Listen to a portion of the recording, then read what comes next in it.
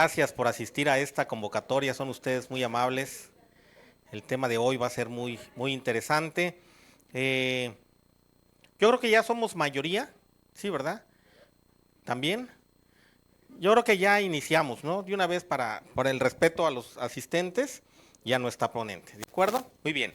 Bueno, pues muchas gracias de nueva cuenta, estimados compañeros del Tribunal Electoral. Es para mí un placer poder presentarles esta tarde a la licenciada Maricruz Pérez Ruiz. Ella es egresada de la licenciatura en Criminología y Criminalística por el Instituto de Formación Académica del Centro y Sureste y es maestra en Criminalística por la Universidad Vasconcelos. Durante su servicio profesional ha colaborado en instituciones y publicaciones de divulgación científica en derechos humanos con distintas organizaciones civiles y dependencias gubernamentales, como la promotora de proyectos estratégicos para la mujer, AC, y el Centro de Estudios para la Competitividad Municipal, AC, la Fiscalía General del Estado, la Secretaría General de Gobierno y la Secretaría de Igualdad de Género, todas en el estado de Chiapas. También se desempeñó como promotora en el Centro para el Desarrollo de las Mujeres en el municipio de Acapetagua. Dentro de la Comisión Estatal de los Derechos Humanos, ha colaborado en la Visitaduría Adjunta Regional en Tonalá, coadyuvando en la promoción y defensa de los derechos humanos de la región Istmo-Costa del Estado. Actualmente se encuentra adscrita al Instituto de Investigación y Capacitación en Derechos Humanos. Participó de la primera generación de la Escuela de Incidencia para el Combate a la Corrupción y en la segunda edición del Diplomado de Derechos Humanos en la Práctica. Ha recibido cursos de actualización por la Comisión Nacional de Derechos Humanos y el Consejo Nacional para Prevenir la Discriminación. Agradezco también a todas las personas que no pertenecen a este tribunal y que se encuentran con nosotros, invitados que han venido a conocer el trabajo que también estamos desarrollando. Muchas gracias, bienvenidos, esta es su casa. Así que, sin más preámbulo, adelante, maestra, por favor. Gracias, buenos días, pues muchas gracias por la presentación. Como bien escucharon, mi nombre es Maricruz y les visito de la Comisión Estatal de los Derechos Humanos de Chiapas, específicamente del Instituto de Investigación y Capacitación. Y bueno, el día de hoy vamos a hablar sobre el tema de violencia digital. Creo que nos vimos la vez anterior, el viernes pasado, con el tema del lenguaje incluyente, entonces pues ya me siento menos nerviosa con ustedes. Pues bueno, comentarles que el objetivo de esta capacitación pues es identificar a la violencia digital como una forma de violencia sexual, ¿sale? Entonces, para iniciar me gustaría proyectarles un video, prestemos tantita atención y ahorita lo comentamos. El video se llama, bueno, lo pueden buscar como video prohibido de Doritos y ahorita vamos a ver por qué es un video prohibido, ¿sale? Si nos apoyan con el video.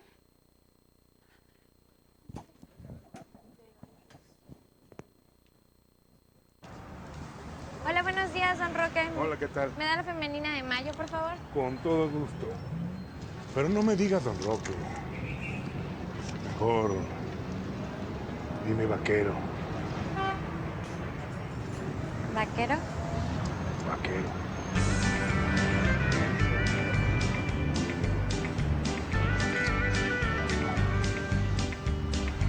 Oye, amiga, dime vaquero, dime vaquero, amiga, dime vaquero, dime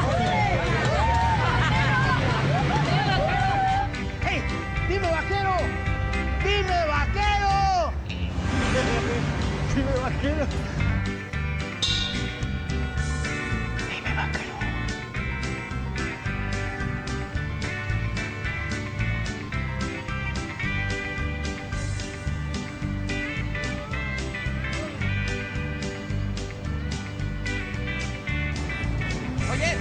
Oye, dime vaquero, mami, dime vaquero.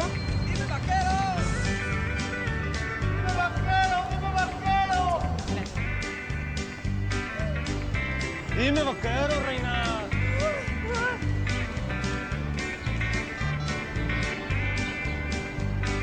¿Subiste el video, verdad, estúpido? Tiene, está chido, ¿no? Mira, escucha. Ve, escucha. ¡Dime vaquero!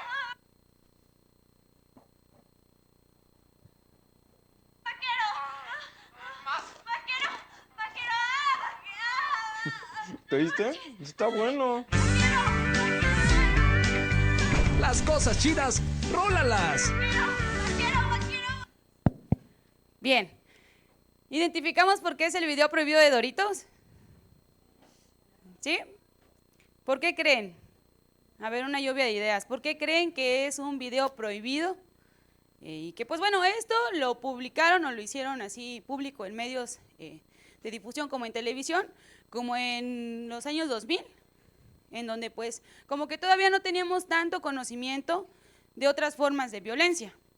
Entonces me gustaría saber, ¿por qué creen que este video está prohibido? Y solo lo encontramos así en YouTube.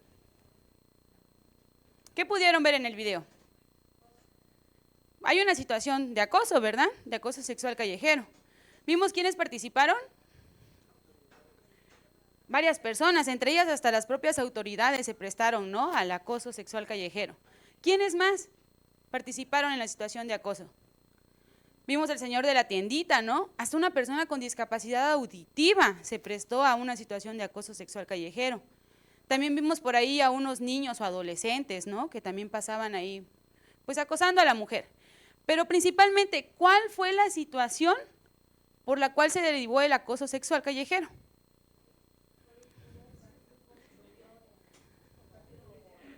Ajá, por un video íntimo que asumimos que difundió, pues quizás no es su novio, pero sí es su pareja sexoafectiva, vamos a decirlo, ¿no? Desconocemos el parentesco que tiene con esta persona.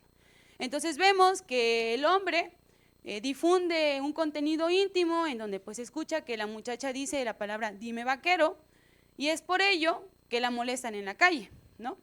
Y pues a eso iba con el tema de violencia digital, ¿no? La difusión de contenido íntimo sin consentimiento actualmente ya es un delito en nuestro estado de Chiapas y pues bueno, en toda la República Mexicana.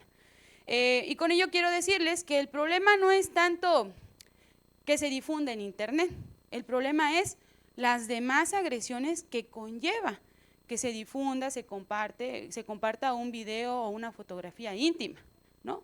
Vamos a ver más adelante justamente algunas situaciones que nos pueden servir como ejemplo a ello.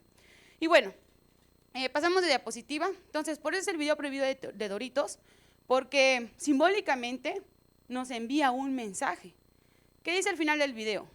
Las cosas chidas, las cosas buenas o chidas, rólalas, ¿no? ¿Y esto qué fomenta? Si tú ves ese video y escuchas esa frase al final, ¿qué piensas? ¿O qué te hace pensar? Pues que está chido, ¿no? Rolar las cosas íntimas de las demás personas sin su consentimiento. Entonces, esto no es así. Como vemos, conlleva a que las personas puedan vivir otras situaciones de violencia que desencadena el compartir, el difundir algún contenido íntimo sin consentimiento. Entonces, me gustaría hacerles estas preguntas. Cuando escuchamos que alguien está pasando por violencia digital, ¿qué imaginamos? Me ha tocado escuchar a personas que dicen, ay, es que los que sufren violencia digital son exagerados, porque pues es en internet, no les hace daño. Quizás no van a dejar una lesión o una marca en el cuerpo, ¿no? Entonces, ¿qué es lo que imaginamos cuando escuchamos que alguien está siendo víctima de violencia digital? También me gustaría preguntarles, ¿qué se ha dicho sobre la violencia digital en nuestra escuela, en la casa, en el trabajo, en donde socialicemos? ¿Qué han escuchado? Comúnmente existe vamos a decirlo como este mito o este estereotipo, que la persona que es víctima de violencia digital, pues es porque se lo buscó, ¿no? Porque para qué se graba o para qué se fotografía sus partes íntimas o alguna zona erótica. Pero pues esto revictimiza a la persona, ¿no?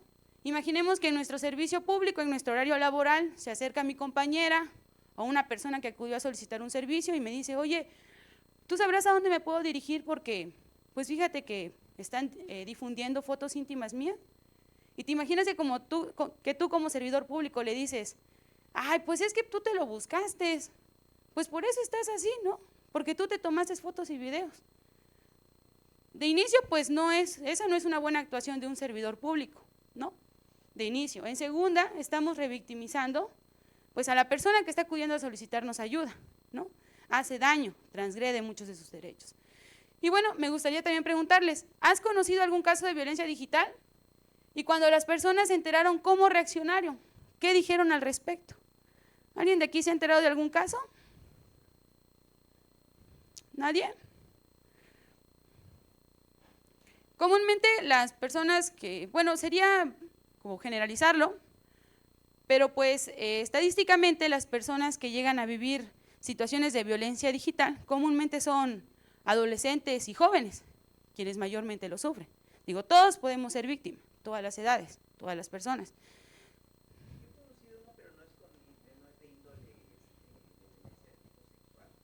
Ok.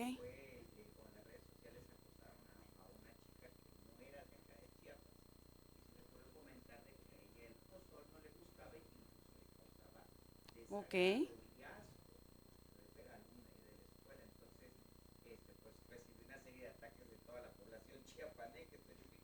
El head que le dicen, ¿no? Porque Ok. decía, bueno, en mi lugar de origen incluso se lo dan a comer a los puercos. Entonces a mí Muy no es bien. algo que se me apetezca ni que me guste. Entonces, pues fue atacada en sus redes sociales derivado de ese comentario, ¿no? Sí, también ella lo dijo de una manera despectiva, ¿no? Ajá. Entonces, pero la ola de ataques al respecto fue enorme. Bajó sus redes sociales, tuvo Claro. apoyo, creo, psicológico en la escuela. Entonces, sí, porque sí estuvo fuerte la problemática, ¿no? O sea, no es de índole, como le digo, de carácter sexual, pero sí sufrió ciberbullying, creo que le llaman, ¿no? Ah, ok, muy bien. Muchísimas gracias. Y creo que acaba de tocar un punto muy importante, ¿no? Cuando hablamos de violencia digital, engloba varias categorías de formas de violencia, la vamos a ver en un momento.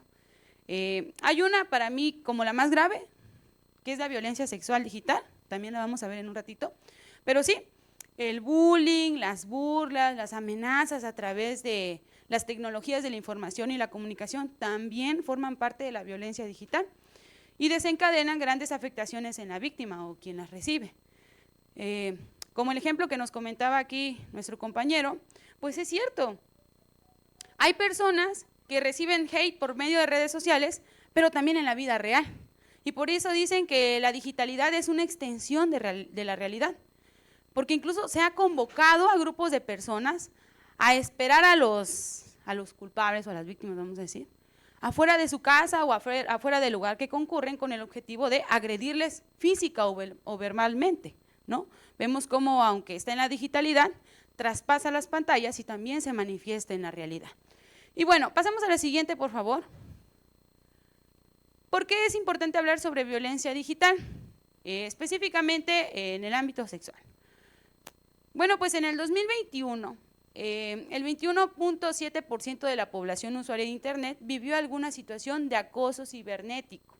Ojo, no solamente sexual, sino de varios tipos. Esto es 17.7 millones de personas de mayores a 12 años. También nos dice que el 49% sufrió acoso por medio de Facebook. Y bueno, la situación de ciberacoso más frecuente fue el contacto mediante identidades falsas.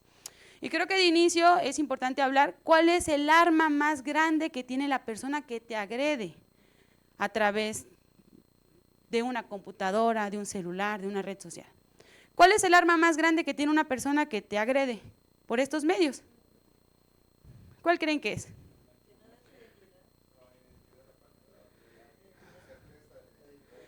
Ajá, es el anonimato, ¿no? Es el anonimato en el que la otra persona que nos agrede está. Ese es el arma más grande y es la ventaja, es el poder que tiene y que a nosotros nos hace estar en subordinación o en una situación de vulnerabilidad. Nos dice que el 90% de los contenidos de mercado de explotación sexual en Internet se alimentan de packs. Pues creo que todos hemos escuchado hablar o conocemos estos sitios web de pornografía, ¿no? Y hay de todo contenido. Hay contenido que las personas pues han querido hacer y comercializar, y hay contenido que se ha subido sin el consentimiento de la persona. Un ejemplo es que yo tengo mi pareja, le envió una foto y no se le roban el celular. Y al robarle, extraen todo este contenido íntimo y lo suben a este sitio web en donde pues, hay pornografía, ¿no? Por eso nos dice que es estadística que mayormente el 90% de este contenido que hay en esos sitios web se han obtenido a través del sexting o a través de la difusión de contenido íntimo sin consentimiento. ¿Y qué creen? Más adelante lo vamos a hablar. Pero México es el país número 1 en Latinoamérica que realiza la práctica del sexting. ¿Saben qué es el sexting? ¿No? Bueno, Me voy a esperar tantito para que lleguemos a ese punto. Pasamos a la siguiente, por favor. Y bueno, con ello solamente quiero decirles que ahora actualmente hablamos de una cultura digital, que prácticamente todas nuestras actividades, prácticas, usos, costumbres, la forma en la que nos relacionamos entre todas las personas, hagan de cuenta que se hizo control C y control V, se pegó a la digitalidad. Y esto pues cambió drásticamente cuando la ola del COVID, sí recuerdan esa etapa, ¿verdad? En donde los cumpleaños eran virtuales, las graduaciones, todo era virtual, ¿no? Por eso les pongo esa imagen de esa muchacha que está ahí graduada. Ahora hablamos de una sociovirtualización, es decir, pues las personas empezamos a socializar a través de estos medios tecnológicos. Y bueno, esto conllevó a que exista una comunicación global, ¿no? Es impresionante cómo nos podemos comunicar con personas que quizás están del otro lado del mundo, a través de un teléfono o de una computadora.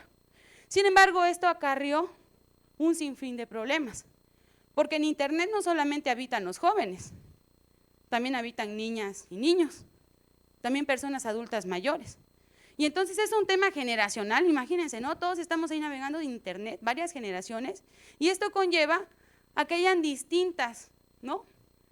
Formas de pensar o distintas cosas que para ti son bien o que para ti son mal, ¿no? Hay una brecha intergeneracional, vamos a decir, ¿no? Y bueno, también la digitalidad pues se ha convertido en un modo de defensa de derechos humanos. Si hoy queremos que nos hagan justicia por algo, ¿qué hacemos? Lo reportamos al Centinela, ¿no? Alerta Chiapas. No, de verdad, cuando queremos exigir justicia de algo, comúnmente grabamos o exigimos a las autoridades intervenir o lo compartimos con un medio de comunicación que exige justicia también, ¿no? Entonces, los derechos humanos en era digital son un instrumento de defensa y protección y promoción de los derechos humanos. Y eso conlleva a que, bueno, Internet y los medios, las tecnologías de la información y la comunicación la utilizamos para varias cosas, la utilizamos varias personas de varias generaciones, y entonces eso conlleva a que usemos de manera correcta los entornos digitales. ¿Se acuerdan que llevamos una clase que se llamaba Cívica y Ética? ¿Cuál era el objetivo de esa clase?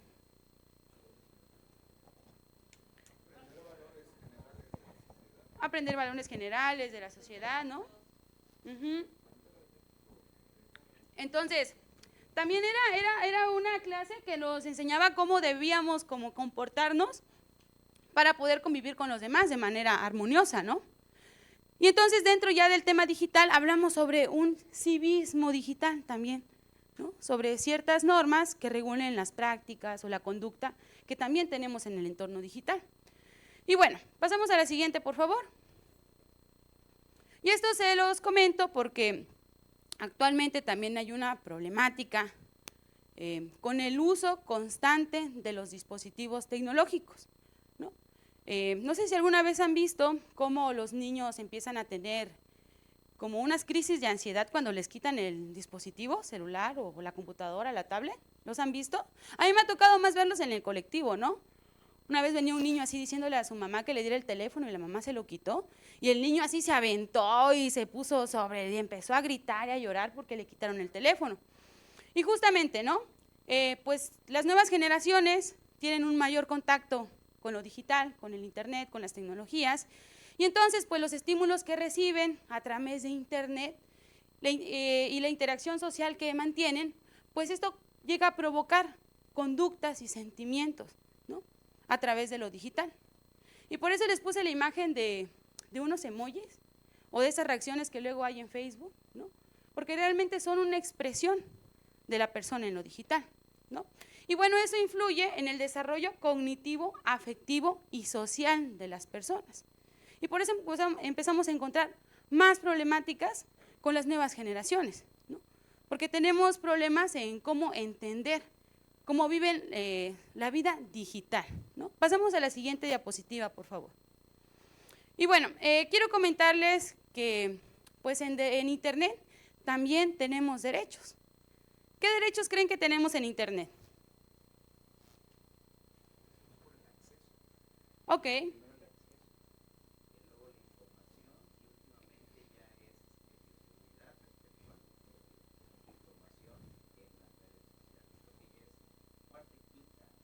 Ajá. Sí, ya hablamos de una cuarta y quinta generación justamente de derechos, ¿no? Prácticamente tenemos los mismos derechos humanos en la vida offline y en la vida online. De acuerdo al Consejo de las Naciones Unidas, todos los derechos humanos que tenemos en la vida son también aplicables en el uso del Internet. Y como bien nos mencionaba nuestro compañero, pues en México, de acuerdo al artículo 6 constitucional, pues se garantiza el acceso de todas las personas a las tecnologías de la información y la comunicación. Y tú puedes decir, oye, pues entonces un niño tiene derecho a tener su propio celular. Bueno, hay ciertas regulaciones, ¿no? Y hay ciertas normas para que los niños puedan, ¿no?, como acceder a ello, pero sí, es un derecho humano que tenemos todas las personas. Pasamos a la siguiente, por favor. Y por ello, UNICEF publicó un decálogo de los derechos de los niños y de las niñas. En estos menciona nada más de manera enunciativa que los derechos tienen derecho al acceso a la información y a la tecnología, a la libre expresión y asociación. También tienen derecho a la protección contra explotación, comercio ilegal, los abusos y la violencia. Aquí en el estado de Chiapas sucedió un caso, no sé si escucharon, de un maestro que le dio un celular a una niña. De inicio se lo dio como un regalo y posteriormente le empezó a pedir pues imágenes de la niña y al finalizar le pidió imágenes de las compañeras de la niña a la cual le regaló el celular. Entonces, pues sí, las niñas y los niños también tienen este derecho, como les decía, pero siempre y cuando exista una protección también contra los abusos y la violencia.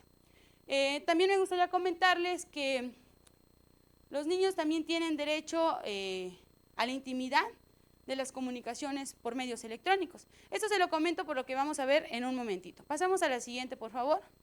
Y bueno, así como nosotros tenemos ciertas características biométricas que nos identifican como personas únicas, también en Internet contamos con esta identificación única. La conocemos como huella digital en Internet. Esta huella digital en Internet se construye a partir de la información que compartimos de manera voluntaria e involuntaria. Me gustaría preguntarles, ¿cómo compartimos información en Internet de manera voluntaria?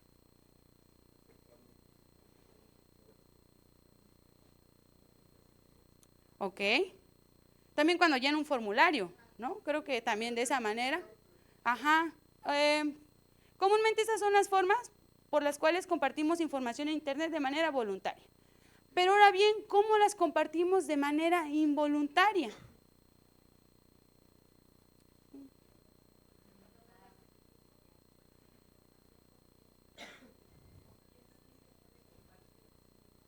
Ok, cuando no tenemos un buen control, ¿no?, de nuestra privacidad.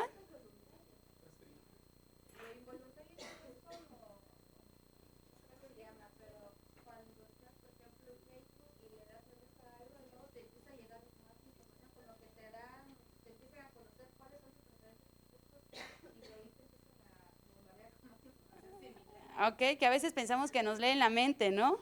Estás pensando en comprar una mochila y después ya te aparecen así 1000 comerciales de mochilas. Justo. A veces cuando... pasa.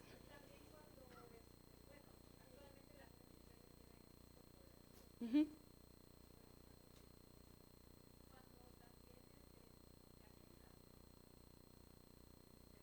Que ni siquiera saben si es cierto o no. Okay. Eso también sería de manera involuntaria. Que no sé, me digan, Maricruz Pérez Ruiz robó en Liverpool y subieron una nota y al ratito ya quedó el rastro. Justamente, ¿no? Así se construye la huella digital. A través de toda esta información voluntaria, involuntaria, que van dejando rastro de nosotros en Internet. Usualmente cuando descargamos una aplicación o cuando queremos acceder a una información aparece una leyenda que dice que debemos de aceptar cookies. Pero la verdad es que nadie le presta atención, ¿no?, a qué le estamos dando acceso cuando aceptamos. ¿No? Comúnmente tenemos desesperación por ya copiar o ver la información o por instalar la aplicación y le damos a aceptar.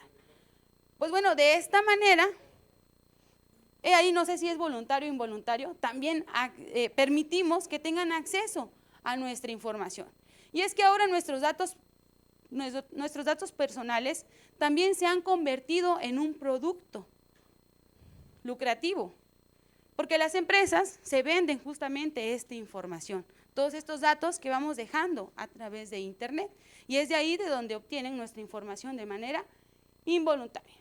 Sin embargo, eso construye justamente nuestra huella digital en Internet. Y por eso dicen que Internet nunca olvida, porque así eliminemos, siempre va a quedar un pequeño rastro de nosotros en Internet. Pasamos a la siguiente, por favor. Y bueno, existe un incremento constante en el uso de las tecnologías y herramientas digitales o en línea en México, por ejemplo, en el 2020 existían 88.2 millones de usuarios de un teléfono celular. Actualmente, el 81.7% de la población tiene un dispositivo celular y eso equivale a un 98.6 millones de personas que tenemos un dispositivo celular y, ojo, mayores a 6 años. Me gustaría preguntarles cuántos en la casa, nuestros familiares, cuentan con un dispositivo celular o una tablet o un equipo de cómputo, un videojuego. La mayoría, ¿no? Mi hija tiene 11 meses y su abuela ya le regaló su primer tablet, entonces hasta ella tiene su tablet, ¿no? Entonces, un dato estadístico importante porque entonces refleja, ¿no?, cómo estamos totalmente adentrados con la digitalidad. Y bueno, pasamos a la siguiente, por favor. Y bueno, ¿para qué usamos el Internet? Por aquí un estudio que realizó la Escuela de Comunicación de la Universidad Panamericana mencionó que se han usado en promedio cada día 546 minutos o 9 horas al día los dispositivos celulares. Es decir, la mayoría parte del día durante este confinamiento le ha pasado frente a una pantalla. Eso fue en el confinamiento. Pero creo que actualmente estas horas que mantenemos con el celular o con el dispositivo tecnológico se ha incrementado. Me ha tocado ver a personas que incluso cuando van al baño entran con el dispositivo celular, ¿no? Y me gustaría hacerles esta pregunta. ¿Cuántas horas ustedes se mantienen en contacto con su dispositivo celular?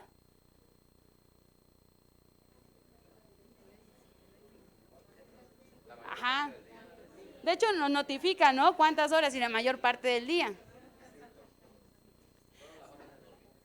Ajá, antes cuando nos íbamos a dormir, creo que cerrábamos los ojos y le pedíamos a Dios que nos cuidara, que cuidara a nuestra familia y nos dormíamos. Actualmente vemos un meme o vemos qué hay y nos dormimos, no nos olvidamos de esa parte.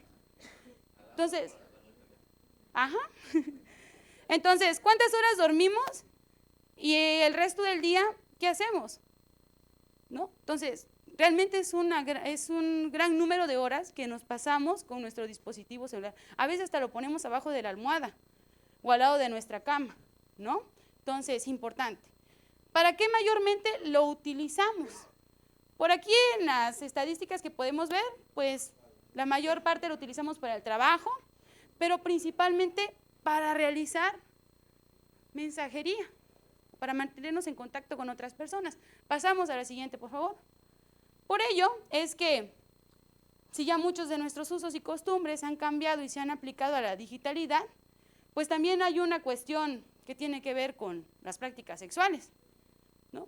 Y por ello es que México es el país número 1 en Latinoamérica que realiza sexting, es decir, a las y los mexicanos nos gusta enviarnos contenido sexual o erótico. Pasamos a la siguiente, por favor. Por ello es importante conocer qué es el sexting.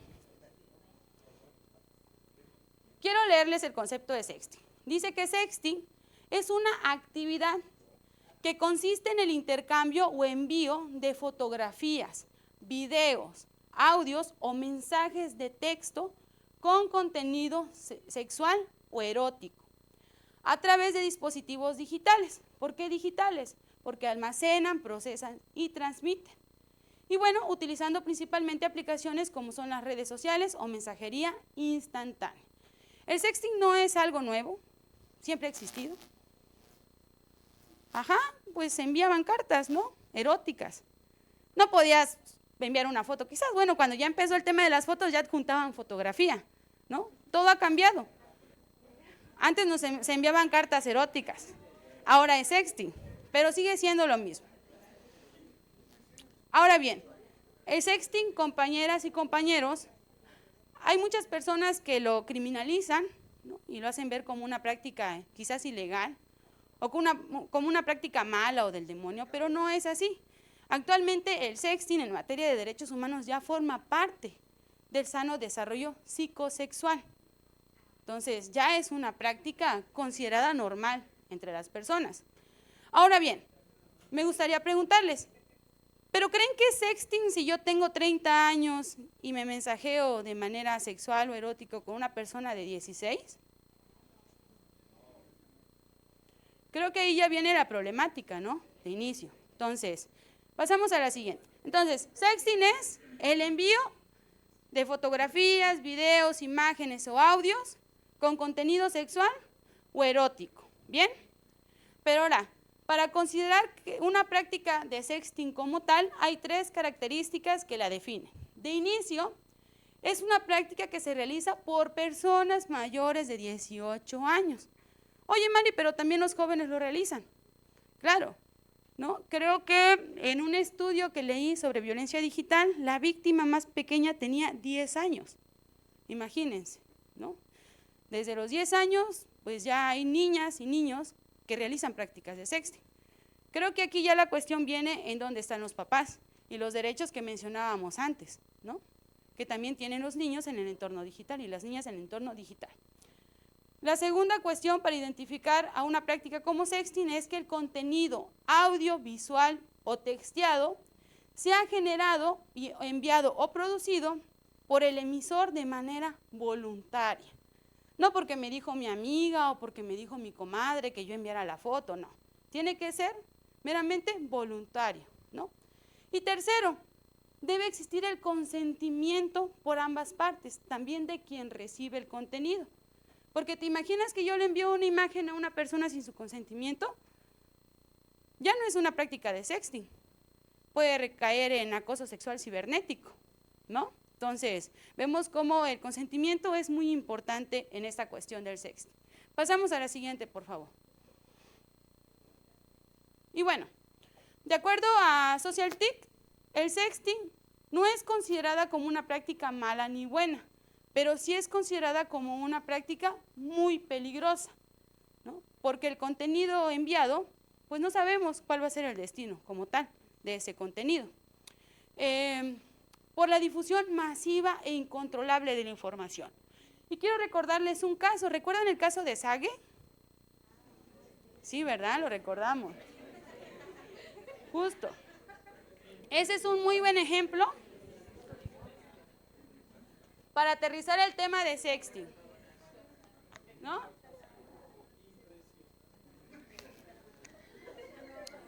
Nos da risa, lo sé. Pero vemos cómo en vamos a decirle el caso de Sage, ¿no? Pues yo quiero asumir que se estaba sexteando con alguien y de repente la persona compartió el contenido con otra y esta otra persona lo viralizó, se hizo una difusión masiva en cuestión de minutos. Pero quiero que vean la cuestión de género que se desata después. Cuando hablamos de Sage quizás nos da risa porque hay algo que le caracteriza, ¿sí recuerdan? ¿No? ¿Cuál fue el principal motivo por el que se empezaron a hacerle las burlas? Vamos a decirle su forma de hablar. Pero al final de cuentas, de que se viralizó esta imagen en donde se ve su pene, donde se ve su miembro viril, explícitamente, después de que esta imagen fue viralizada, la persona que mayormente vivió las consecuencias de esto fue la esposa que tenía en ese momento, que fue Paola Rojas, ¿no? Y que terminaron en divorcio, ¿no? Pero vemos cómo también hay una cuestión de género aquí. Si hubiera sido el contenido de Paola Rojas el que se difundiera, otro hubiera sido la situación, ¿no? Sin embargo, en este caso, pues Paola Rojas siguió viviendo las consecuencias por esa imagen que ni era de ella, pero que llevaba un contenido íntimo, ¿no? Entonces, a eso me refiero con el tema de la cuestión de género y de la difusión masiva de un contenido.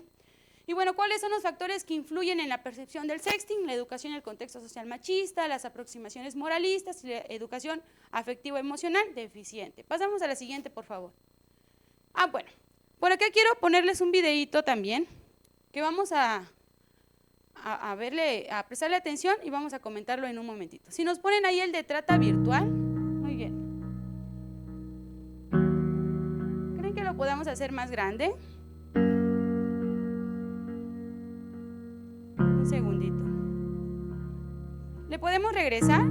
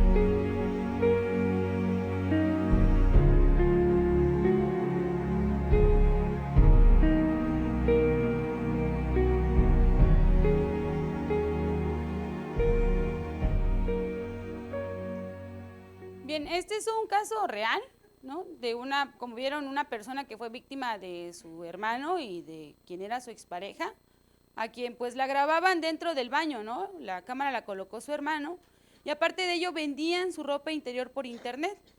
Pues como vemos, imagínate lo sorpresivo que ha de ser, las graves afectaciones que ha de dejar recibir mensajes en donde hay hombres masturbándose y utilizando tu ropa interior. Y peor aún, la publicaban en sitio web en donde ofrecían servicios sexuales con su foto y también ponían su dirección, su número telefónico. Y X día que ella iba a salir, vio que todos los hombres que habían pagado por tener sexo con ella la estaban esperando afuera de su casa. Y ella pues no tenía conocimiento de nada. Una situación grave que también traspasa las pantallas y se manifiesta en la vida real. Y esto no solamente es un dato que haya sucedido pues en otro estado. Yo recuerdo el año en el que vino Olimpia Coral Melo, que creo que fue como en el 2021 o 22, cuando pues se reconoció aquí en el estado de Chiapas a la violencia digital. En una investigación que realizaron, había en Twitter en aquel momento varias carpetas de mujeres chiapanecas que habían sido grabadas en Walmart, en estas tiendas de supermercado, pero también habían mujeres que habían sido grabadas en el Conejo Bus, ¿no? El típico grabar debajo de la falda, ¿no? Habían muchas mujeres que habían sido grabadas de esta manera. Peor aún, se encontraron también con contenido que venía de mujeres jóvenes que estudiaban en preparatorias. Existía un grupo de jóvenes que entraban a las preparatorias, hablaban con las chicas y pues les bajaban la información personal. Y después estas personas, ya en carpetas bien clasificadas en Twitter, vendían la información con fotos de las chicas. Y ahí pues en estas carpetas había desde información personal como direcciones, nombres y más información, ¿no? Entonces, un tema que no se manifiesta en otros estados, también se manifiesta aquí en el estado de Chiapas. Entonces, es una situación muy alarmante. Pasamos a la siguiente, por favor.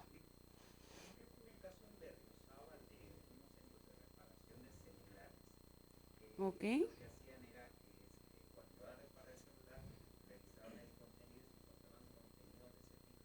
Y lo sí, sí, eso es como, la verdad, qué miedo dar tu dispositivo celular y que alguien pueda acceder tan profundamente y encontrar contenido, y no solamente sexual o erótico. Cuando yo estuve realizando esta investigación para aprender mucho del tema, me encontré con unos grupos en donde albergan los pedófilos. Y de verdad hubo algo que nunca me voy a quitar de la cabeza, fue ver a una mujer que todavía estaba en estado de gestación ya en su último mes y publicó una foto de su pancita así pintada Y los comentarios. Había un comentario que decía, qué ganas de encontrarte a ti y a tu bebé en la calle para que yo, y la palabra con B y que termine en on, ¿no? Y que pueda abrirle las piernitas a ese bebé. Y unas cosas así, de verdad, asquerosas. Entonces, actualmente que tengo a mi bebé, yo no subo fotos de ella en donde enseñe pues sus pechitos o sus piernitas, porque de verdad no sabes quién lo está viendo con el objetivo de arrastrar la imagen, robarla y subirlo a esos grupos, ¿no? Entonces, pues sí, no solamente el contenido sexual y erótico, sino aquello que las personas agresoras lo vean, ¿no? Como algo sexualizado. Pasamos a la siguiente. Entonces, para entrar en el tema como tal, a la siguiente, por favor. ¿Qué es la violencia digital? Pasamos a la siguiente. La siguiente, por favor.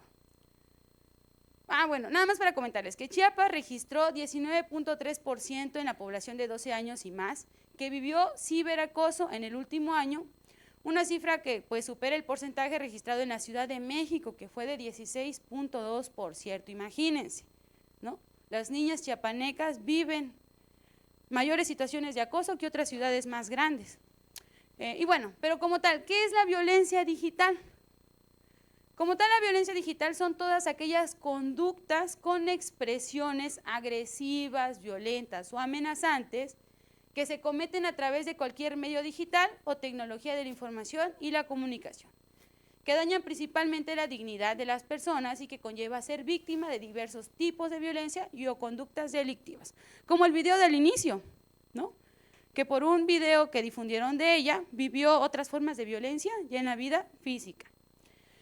También son actos de violencia de género cometido, instigados o agravados por parte o totalmente por el uso de las tecnologías de la información y la comunicación, plataformas de redes sociales y correos electrónicos, y que causan daño psicológico, causa pérdidas económicas y plantean barreras a la participación en la vida pública y pueden conducir a formas de violencia sexual y otras formas de violencia física. En el caso de Yunen, que vimos hace un momentito, imaginemos que somos ella.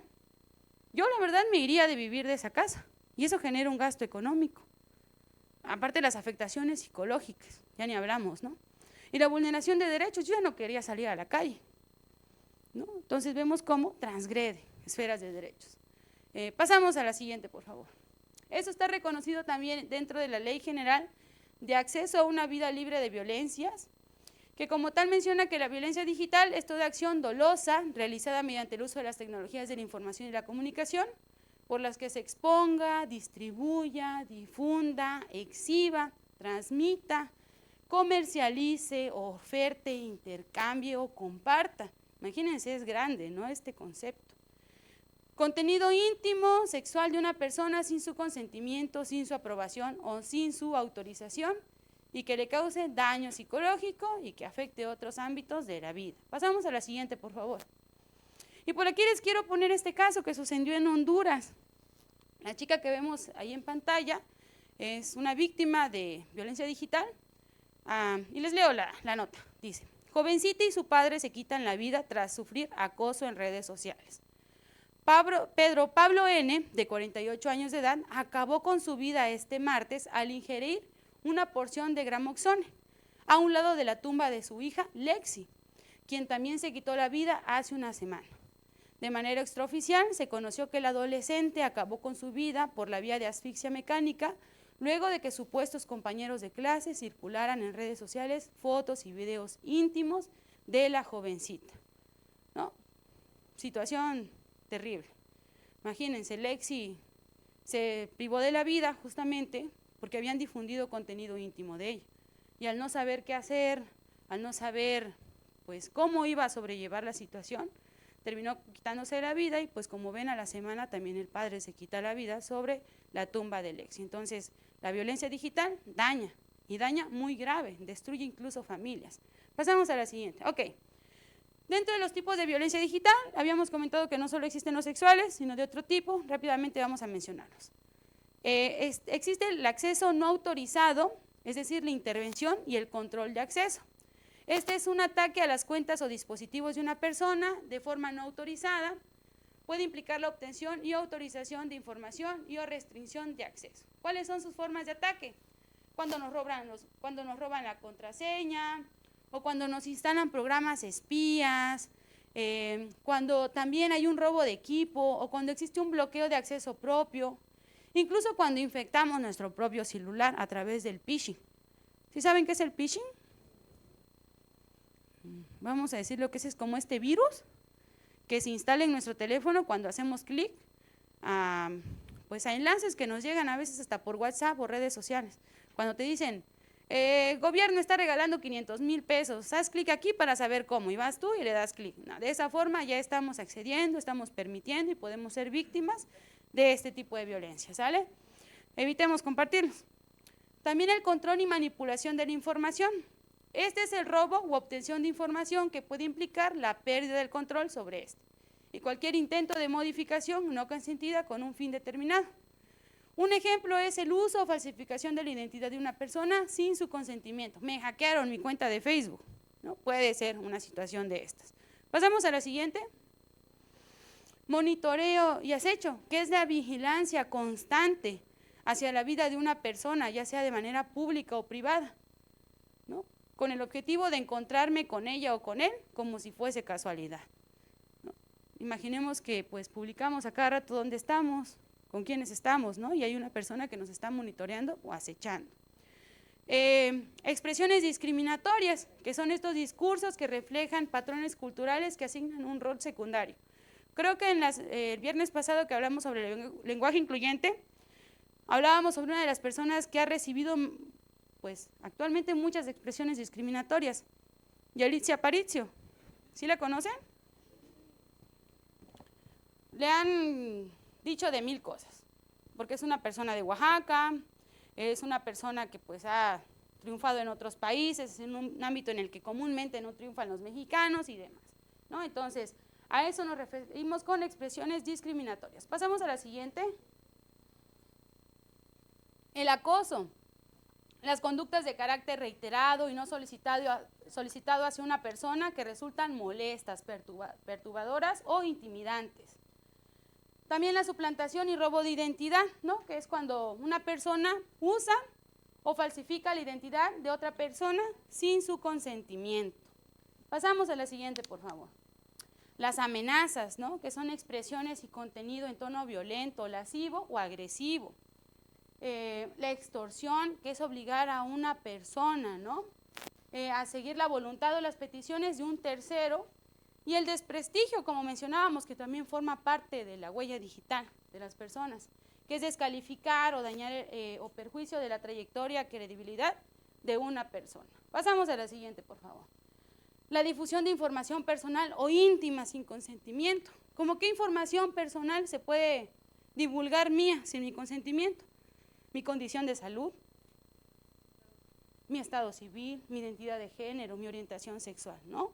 Pueden ser información que se puede difundir sin mi consentimiento. El abuso y la explotación sexual relacionado con las tecnologías, que es el ejercicio de poder sobre una persona a partir de la explotación sexual de su imagen y o cuerpo contra su voluntad, en donde la tecnología es intermediaria. Por aquí hay un caso de una niña que subieron su foto en Facebook y la niña está así como abrazando a su familiar en la playa y pues tiene traje de baño, ¿no? Entonces, pues personas malas agarraron, recortaron a la persona y pusieron al lado, ¿quieres ver porno? Haz clic aquí. Y pues ahí están usando la imagen, ¿no? Justamente como nos dice nuestro concepto. Pasamos a la siguiente, por favor. Y bueno, ¿pero qué es la violencia sexual digital entonces? Es todo aquel acto que hace pública la vida íntima de una persona sin su consentimiento. Dentro de estas encontramos el hostigamiento y el acoso sexual cibernético, la sextorsión, que es prácticamente la extorsión, pero aplicada en el ámbito sexual, en donde te piden fotos o videos íntimos a cambio de algo que tengan en su poder. La difusión de contenido íntimo sin consentimiento, que es publicar, compartir o difundir pues algún video, imagen o fotografía con contenido íntimo o sexual. Y la explotación virtual de personas. Estas palabras no me gustan, pero dice prostitución virtual de una persona a través de las nuevas tecnologías. Aquí en el estado de Chiapas tenemos una problemática con la etnopornografía. ¿Saben qué es? ¿Han visto? Creo que ya se ha difundido bastante, está pasado en las noticias, ¿no? cómo a las personas de pueblos o comunidades indígenas las graban sin su consentimiento cuando tienen pues sexo o por ahí de manera erótica, y justamente el objetivo de estos videos es grabarles con su vestimenta tradicional y posteriormente comercializarla en los mercados de allá. Ahorita se encuentra en los mercados de San Cristóbal de las Casas, ¿no? Entonces, aquí en Chiapas, un problema grave, la etnopornografía. Pasamos a la siguiente, por favor. Y bueno, por aquí, ya si ponemos el último videito, por favor. Por aquí en pantalla, ¿sí le identifican quién es? No, bueno, ella es Olimpia Coral Melo. Vamos a ver quién es. El otro decía, creo que no lo copiamos, decía Olimpia. Ah, sí. Vamos a ver el caso de Olimpia, que justamente es la impulsora de todas estas reformas a la ley.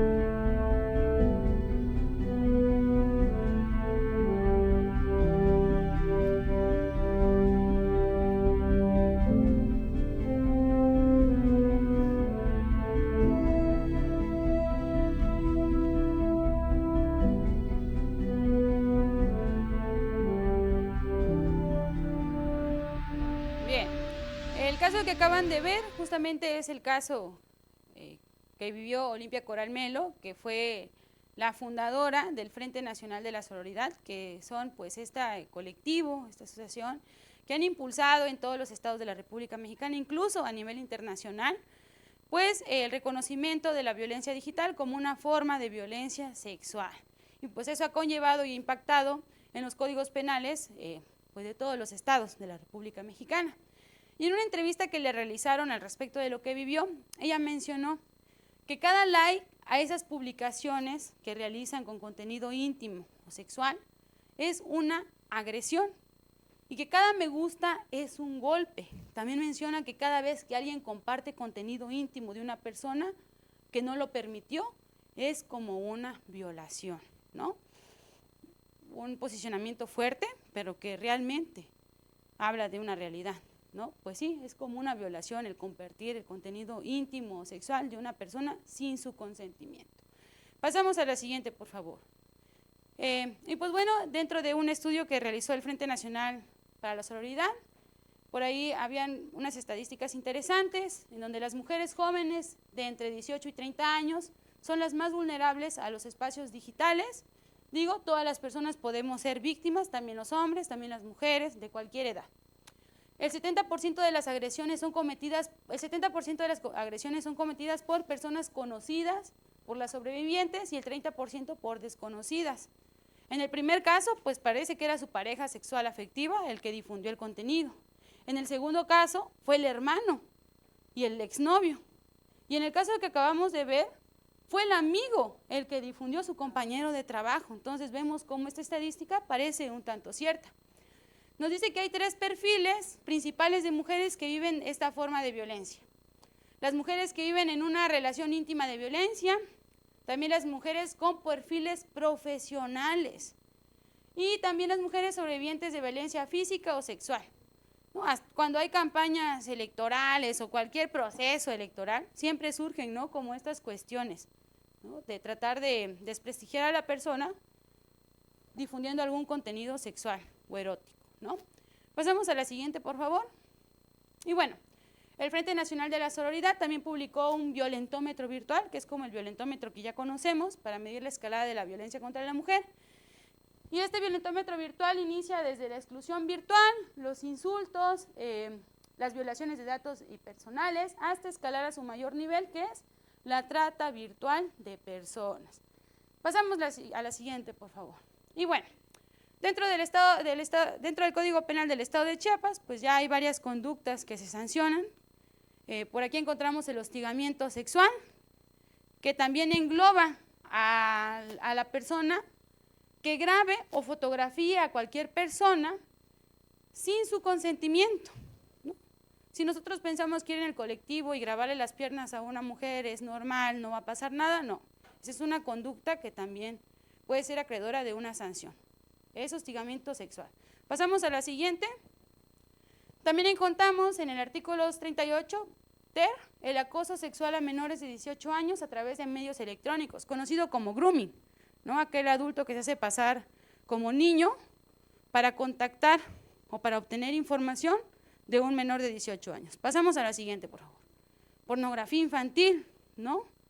Que prácticamente es quien procure, facilite e induzca por cualquier medio a un menor, con o sin su consentimiento, a realizar actos de exhibicionismo corporal y demás, ¿no? Pornografía infantil.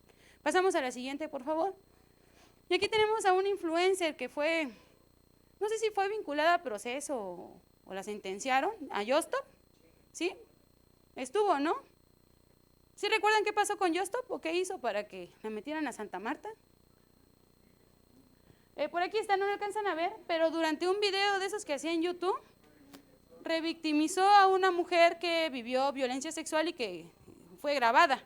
Entonces ella lo que hizo, como vieron ahí, está sentada, enseña el video y empieza a describir el video, detallando las cosas que le hacen a la mujer. Y entonces, pues por ello, ella fue vinculada a proceso y la acusaron de pornografía infantil por almacenar y exhibir el contenido sexual íntimo de una menor de 18 años, ¿no? Y que aparte era una violación.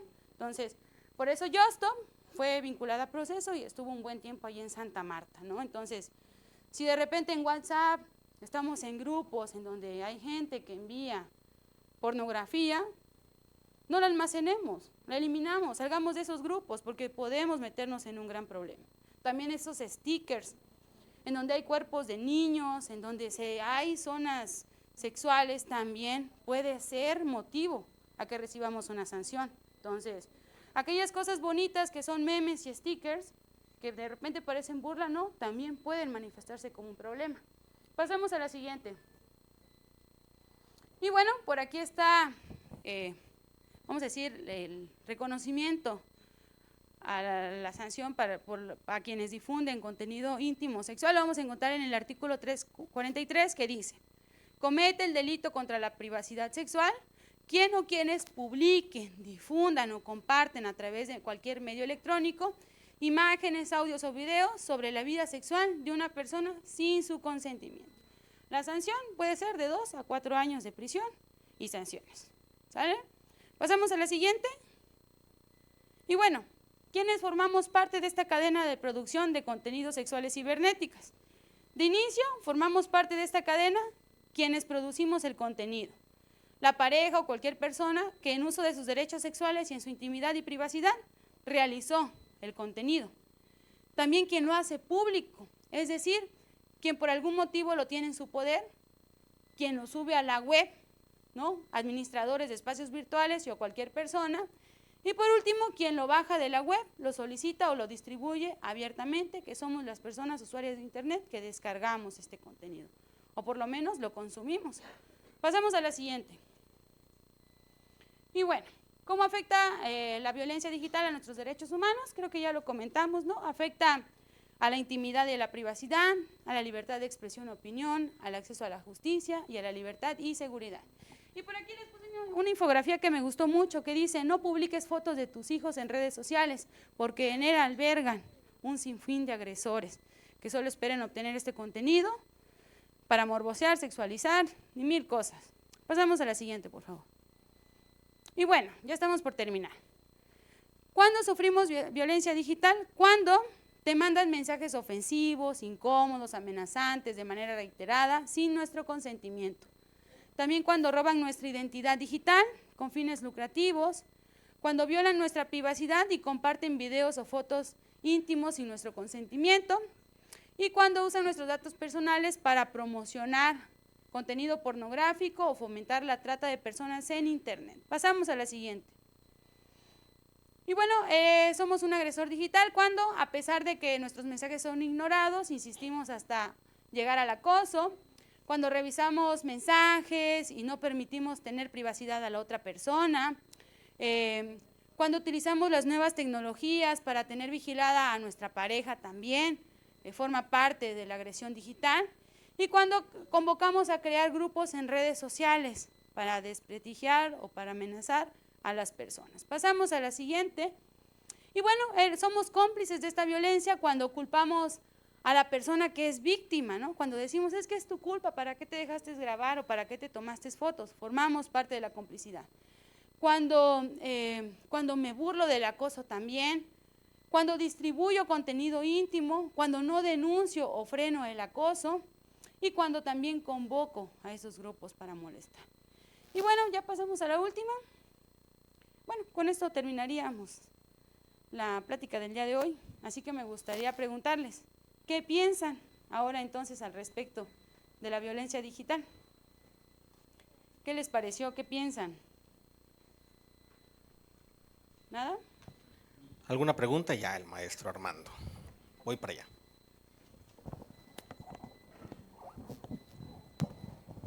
Buenas tardes a todas, a todos. Igual de antemano voy a ofrecer una disculpa por lo que voy a decir. Por vivido en carne propia una situación. El principal problema de la violencia digital es primero el pacto heteropatriarcal que se sigue viviendo en toda la sociedad mexicana. El hecho de tomarlo como un tabú y callarnos, porque si usted pregunta los dos temas, todos nos callamos y vivimos agachados, cuando podemos tener un amigo, un primo, un hermano, lo que sea, un tío que es un violentador digital. Refiero y lo digo abiertamente, sin pena alguna, en el drop, que era el Dropbox, salía mi hija para la época de la prepa cuando se empezó a compartir. Finalmente hablamos, le pregunté a mi hija, revictimizar esta situación de ir a la fiscalía y que te den carpetazo y te digan que no, que van a tardar, que como se comparte no encuentran el origen, la raíz. Entonces vives un sinfín de situaciones. El que yo eche relajo también no implica situaciones de carácter social de ese sentido.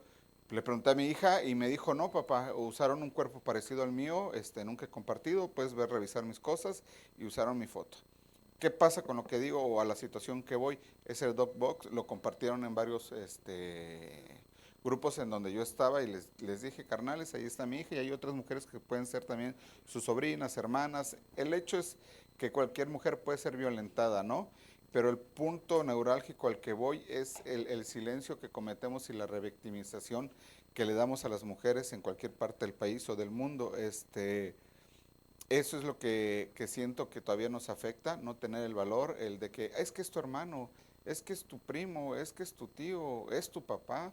Quien sea debería ser denunciado ante cualquier autoridad porque son violentadores, violadores y seguimos compartiendo y cometiendo el error, como dice usted, a veces un sticker pareciera que no, pero se hace, y no conocer los límites, pues, de lo que es bueno y lo que es malo y hasta dónde echar desmadre, porque finalmente yo hablaba la otra ocasión de la otredad y no sabemos cómo se comportan o qué sientan las mujeres al decirles desde un piropo en redes sociales o un comentario positivo que uno lo podría ver como positivo, pero igual no te lo están pidiendo. Entonces, claro, es a lo que, para terminar, para mí el principal punto es el callarnos y este concepto de pacto heteropatriarcal que existe en la sociedad mexicana, porque afectas a una familia y afectas la fama y afectas todas las cosas, ¿no? Es que es hijo de, y cómo, ¿no? Vamos a arreglarlo. Todas esas cosas y la revictimización que hacen las fiscalías normalmente, ese es el daño que más sufren las mujeres cuando denuncian y no se les hace caso. Le agradezco mucho su comentario. Y justamente, ¿no? Un un caso de que nos refleja este pacto heteropatriarcal existente fue, no sé si fue la Universidad de Yucatán, no recuerdo en qué universidad fue, pero una universidad en un estado de México, de la República Mexicana, en el que en un grupo de WhatsApp albergaban maestros, administrativos, directores y estudiantes en un grupo de WhatsApp en el que compartían contenido íntimo de las maestras, de las compañeras estudiantes, de las administrativas. Y nadie decía nada. Todos estaban calladitos, en silencio, y se seguían compartiendo este contenido en estos grupos. Hasta que una chica se dio cuenta de esta situación y fue que se desató toda una investigación, porque, pues como les menciono, habían entre maestros y directores dentro de este grupo, quienes se supone que deben de estar pues al pendiente, ¿no? Que deben de frenar esta acoso, esta violencia sexual, y no, también formaban parte de estos grupos y pues obviamente consumían el contenido. Entonces, creo que esta es la mejor muestra del pacto patriarcal, ¿no? Como pues entre hombres, y digo, sin ofender, ¿verdad?, a los presentes, como entre hombres somos cómplices, nos quedamos callados, nos la pasamos bien y formamos parte, ¿no?, de esta gran bola de violencia. Entonces, ese es un caso que refleja, ¿no?, justamente este pacto. Y creo que es el principal motivo por el que en los centros de trabajo y en otros espacios se quedan callados, ¿no?, y no decimos nada. Entonces, creo que es una situación a considerar. Adelante, compañerita. No siempre, o más bien desde mi perspectiva y opinión muy personal, no siempre es una cuestión del patriarcado. O sea, yo también considero que la violencia no tiene género y que a veces incluso nosotras las mujeres somos las que más violentamos a las mujeres. Por ejemplo, y sobre todo que caemos en el juego de revictimizar. Saco a colación como ejemplo el accidente de la muchacha que acaban de atropellar, ¿no? Que evidentemente se usaron las redes sociales justamente para que las autoridades iniciaran la carpeta de investigación, para que se viralizara, pero por el tema que ella había sido víctima de lesiones, ¿no? O sea, entonces, ¿qué pasó? Que empezaron otras mujeres, yo vi varios comentarios, sí, que empezaron a comentar que era la pareja extramarital del muchacho y que había sido la esposa, y le empezaron a insultar. O sea, empezaron a haber varios comentarios despectivos hacia ella porque estaba teniendo una relación extramarital con la persona, y empezaron a apoyar a la persona que había realizado el delito. Entonces yo creo que como sociedad deberíamos trabajar más en tema de conciencia y empatía, y creo que en estos casos sí, evidentemente las estadísticas indican más que es una cuestión patriarcal, pero a veces creo que también la violencia no tiene un género como tal, porque generalmente somos las mujeres que por empatía hacia la esposa revictimizamos, y creo que tampoco es válido. Entonces creo que acá es trabajar en la sociedad en general, en el tema de conciencia, en este tipo de violencias digitales, y sobre todo también de empatía y respeto. Eso sería mi aportación. Gracias, compañera. Sí, dicen por ahí que existimos muchas mujeres machistas, ¿no? Todavía, entonces, pues sí, todavía falta mucho por trabajar, ¿no? Digo, la vez pasada me tocó ir a Cahuach y me decían las maestras, es que acá hay un problema muy latente, fíjate que entre las compañeras y los compañeros, cuando uno está dando clases, te volteas y te toman fotos a tus pompas, a tu parte trasera, y estas las suben a un grupo que tienen en Facebook, en donde dicen así como las mejores pompas de Covach, y entonces gana el maestro que reciba más like, ¿no? Y obviamente aquí, pues, están hombres y mujeres que participan dentro de este tipo de violencia digital, ¿no? Entonces, pues sí, hombres, mujeres, como habíamos dicho, sin género, todos los géneros podemos formar parte de la violencia digital. Muy bien. Adelante, por favor. No, nada más iba a comentar en relación a lo que decía Carlita, que lo peor de toda esa situación que sucedió con estas dos mujeres es que el tipo, el señor, lo que sea, no hay información de él, solo de ellas. Eso es lo peor.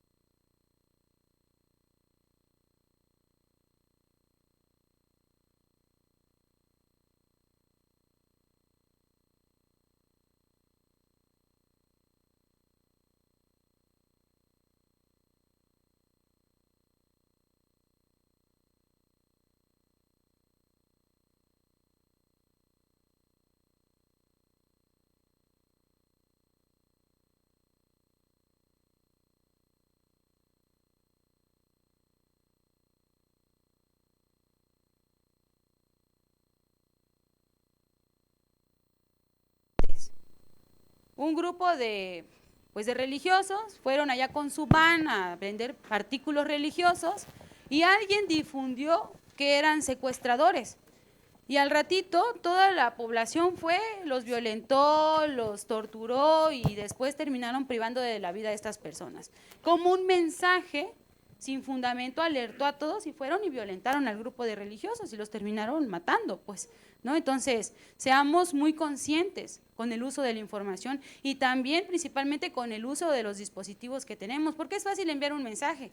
Es fácil inventar algo sobre otra persona, ¿no? El problema son las consecuencias tan grandes que derivan de esto, ¿no? Muy importante lo que nos comentó nuestra compañera. Creo que por acá alguien quería… Adelante. Muchas gracias, maestra Maricruz. Qué amable, ¿qué tal? Buena tarde a todos. Gracias por estar el día de hoy con nosotros en el Tribunal Electoral. Gracias a esta iniciativa por parte de nuestra magistrada presidenta, la maestra Magali Anabel Arellano Córdoba, y a la iniciativa del proyecto del doctor Alejandro Gómez Guillén y a todos los que conforman personal jurisdiccional y administrativo. Quiero tocar un tema realmente preocupante y que está enfocado dentro de la conferencia, y es precisamente nuestra sociedad inquisitiva, el impacto en las redes sociales. Una cosa es lo que piense la ciudadanía y otra cosa es lo que piensen a veces los expertos o conocedores del derecho. Yo no quiero victimizar a nadie, yo no tengo acceso a la carpeta de investigación, yo no soy asesor jurídico de la víctima ni el imputado, yo no soy abogado defensor de ninguna de las partes, pero el impacto que tiene en redes sociales, es decir, los conocedores del derecho sabemos de que si la carpeta se encuadró dentro de los elementos del tipo penal, tipicidad, culpabilidad y punibilidad, sabemos que no están en igualdad de condiciones el tratar de encuadrar un delito de lesiones por tentativa de homicidio. Y es tan fácil el hecho de ver de que yo con un vehículo, un automotor, trate de causar un daño, quizá irreparable, un daño que atente en contra del bien jurídico que establece el derecho penal, que es la vida, la libertad. Entonces ahí no estamos en igualdad de condición, pero lo que quiero aterrizar es de que cómo la sociedad de manera inquisitiva, cómo las redes sociales tratan de victimizar, y en algún momento dado entre mujeres dicen, no, es que esto es injusto, es que no se vale, es que exponen a la mamá para dar una versión de los hechos, y lo que existe en derecho penal es la verdad jurídica y la verdad histórica, cómo en sí acontecieron los hechos. Entonces tendríamos que aterrizar a lo que es la teoría del delito, la teoría del caso, para poder establecer en una etapa de investigación cómo se conformó la carpeta de investigación. Pero los conocedores del derecho van a decir, ¿es lesiones o es tentativa de homicidio? No están en igualdad de condición. Si yo voy a pie y se me va a estrellar un tráiler, una camioneta, pues el resultado va a ser predecible, va a ocasionar una lesión que tarde en sanar más de 15 días. Entonces valoraríamos lo que es una lesión grave, una lesión que pone en peligro la vida. Entonces, las redes sociales y la sociedad comparten, difunden, sí, y al final quieren ser juez y parte, pero nosotros ignoramos a qué atiende el derecho. Si en algún momento dado nosotros, como el hecho de compartir o de comentar, a veces no preveemos el pensar de un ciudadano con el pensar o la crítica de un experto en derecho. Ese es mi comentario. Muchas gracias. Gracias. Y sí, vemos cómo estos públicos demandan todavía una mayor responsabilidad sobre el uso que le damos a estos dispositivos, compañeras y compañeros. No cometamos conductas, ¿no?, inapropiadas con el uso de stickers ahí en la comisión. Yo recuerdo que una compañera se sintió agredida porque un enlace, así como el compañero que fue por mí hace un momento, envió un sticker donde se utilizaba la imagen de una niña, pero la niña se estaba mordiendo el labio, estaba como así, y entonces era una forma sexualizada la cara que tenía la niña. Entonces el enlace le envía este sticker y mi compañera se ofende porque dice, oye, te estoy pidiendo que pases por mí, pero no para otra cosa. Entonces mi compañera pues llevó un proceso administrativo en contra del enlace por haber utilizado un sticker que estaba sexualizado y que aparte mostraba el rostro de una persona menor de 18 años, ¿no? Entonces, pues muy importante, ¿no?, tomar recomendaciones sobre esto. Y bueno, pues con esto culminaríamos. Muchas gracias, maestro. Un aplauso, por favor. De verdad, creo que ha sido un gran tema. El día de hoy hemos tenido un tema bastante interesante. De nueva cuenta agradezco a las personas de la sociedad civil que se acercaron y están aquí con nosotros. Muchas gracias a todos los compañeros del tribunal. Y bueno, ha llegado el momento de entregar el reconocimiento, pero para eso pido a nuestra magistrada presidenta nos acompañe para la entrega, por favor. Magistrada. Muchas gracias, maestra Maricruz Pérez, por compartir el día de hoy todo su conocimiento a este gran personal que tiene el Tribunal Electoral del Estado de Chiapas. Decirle, licenciada, que agradezco su tiempo, que estas capacitaciones considero que son muy importantes para cada uno de nosotros. Implementamos que tengamos ese acceso, todo el personal, porque todas las enseñanzas en nuestra vida son buenas.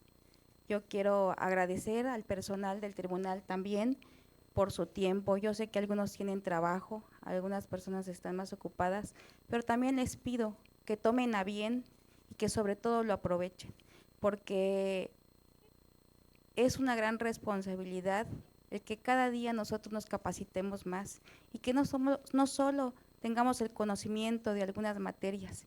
Yo creo que todos los temas son importantes. El día de hoy es un gran tema. Considero que el hecho de que hay personas interesadas, el hecho de que personas participaron, es porque han pasado por eso. Y créame que con las herramientas que el día de hoy nos está dando, pues tendremos un nuevo conocimiento de cómo enfrentar ante tal situación. Gracias a todos. Créanme que seguiremos también, si hay algunas propuestas de algunos temas que ustedes quieran que se tomen acá en el tribunal, este pleno también es de todos, donde se debaten temas importantes, donde queremos propuestas para que ustedes se lleven el mejor conocimiento. Gracias a todo el personal.